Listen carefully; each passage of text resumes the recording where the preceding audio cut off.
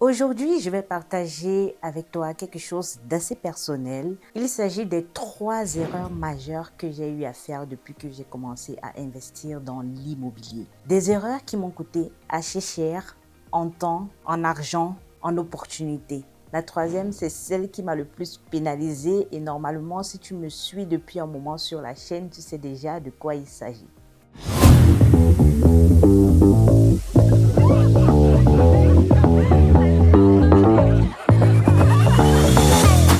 La première erreur, c'est de ne pas savoir bien négocier. Quand j'ai commencé, je me fiais beaucoup au prix qui était affiché en fait sur les annonces et ça foirait en fait complètement mes ambitions parce que en termes de rentabilité, je n'arrivais pas à me retrouver. Je tournais en rond.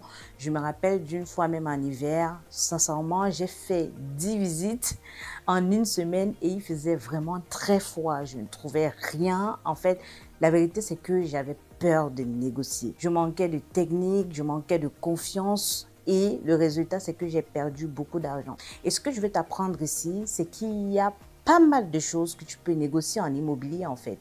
Le prix d'achat, les frais d'agence, les conditions de prêt et chaque chose que tu vas négocier va te permettre d'économiser des euros et augmenter directement tes bénéfices. La deuxième erreur que j'ai eu à faire, c'est de sous-estimer la durée des travaux. Ah là là. En fait, moi, je me souviens d'un projet que j'ai eu à faire. J'étais persuadée que les travaux devaient aller jusqu'à maximum 2 mois, en fait. Mais les imprévus, les retards dans les livraisons du matériel, bref, c'était beaucoup plus long que prévu. Et je n'avais pas forcément évalué tous ces retards-là lorsque je faisais mes calculs. Donc forcément, ça m'a pénalisé. Et moi, je te conseille de toujours prévoir une marge, toujours.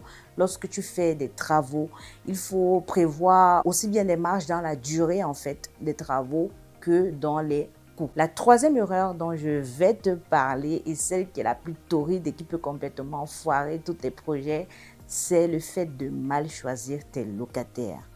Et ça, je ne suis pas prête d'oublier.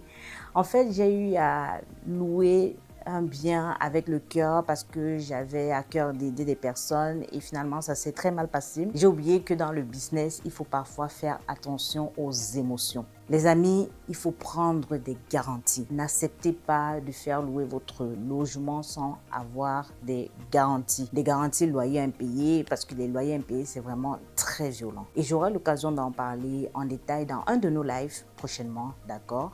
Donc dans tous les cas, moi j'ai compris que l'immobilier, ce n'est pas un jeu de hasard. Tu dois savoir négocier, tu dois savoir gérer tes imprévus, tu dois savoir gérer tes locataires.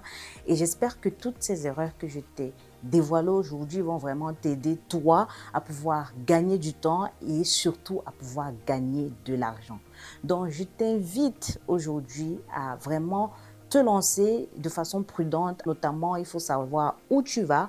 C'est la raison pour laquelle j'ai mis en place aujourd'hui un guide qui peut t'aider en ce début d'année, qui va te permettre d'avoir en fait un plan détaillé des actions que tu as à prévoir pour définir ta vision de ton investissement en fait. Tu auras juste à suivre le guide et sincèrement, si après ce plan d'action clair, tu n'arrives pas à te lancer, je ne sais pas. Donc, télécharge le guide, lis-le, essaye d'exécuter les fiches qui sont présentes dans le guide et fais-moi ton retour. Si tu as aimé cette vidéo, like, commente et surtout partage-la à quelqu'un qui veut se lancer dans l'immobilier qui est encore bloqué. Donc, on se retrouve dans une prochaine vidéo. À très bientôt.